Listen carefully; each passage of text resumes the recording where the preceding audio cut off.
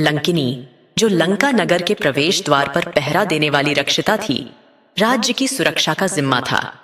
उसकी आज्ञा के बिना कोई भी नागरिक लंका में प्रवेश नहीं कर सकता था। वह शक्तिशाली और बलवान स्त्री थी जिसे रावण ने लंका की सुरक्षा का उत्तरदायित्व सौंपा था। हनुमान जी माता सीता की खोज में लंका में प्रवेश करने का प्रयास करते हैं और इससे उनका सामना लंकिनी से होता है। रावण को ब्रह्मा के वरदान से सोने की नगरी लंका प्राप्त होती है। इस समय ब्रह्मा ने लंकिनी को लंका की मुख्य प्रहरी बनाया और सुरक्षा का भार सौंपा।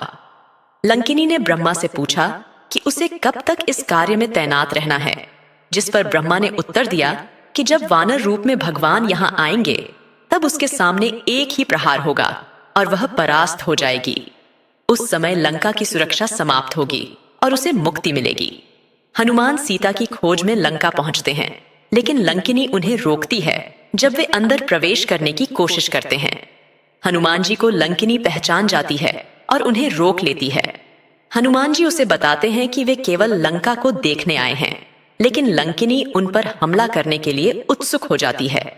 हनुमान जी एक स्त्री पर आक्रमण करना न्यायानुसार उचित नहीं मानते हैं। उन्होंने लंकिनी को रोकने के लिए शक्तिशाली प्रहार किया, जिससे वह अचेत हो गई और उसके मुख से रक्त बहने लगा।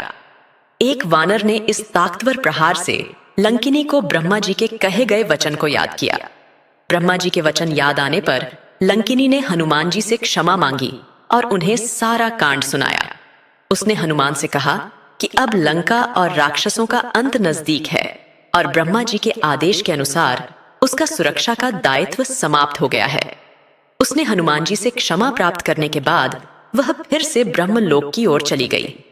एक प्रसिद्ध कथा के अनुसार लंकिनी पहले एक सुंदर स्त्री थी जिसे पहले भगवान ब्रह्मा के लोक की सुरक्षा का कार्य सौंपा गया था, लेकिन उसे अपने इस उत्तरदायित्व के कारण अहंकार हो गया था।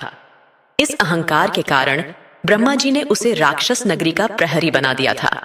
जब उसने अपनी गलती का अनुभव किया तो उसने भगवान ब्रह्मा से क्षमा मांगी, जिसके बाद उसे एक वानर द्वारा प्रहार करके मुक्ति प्राप्त हुई।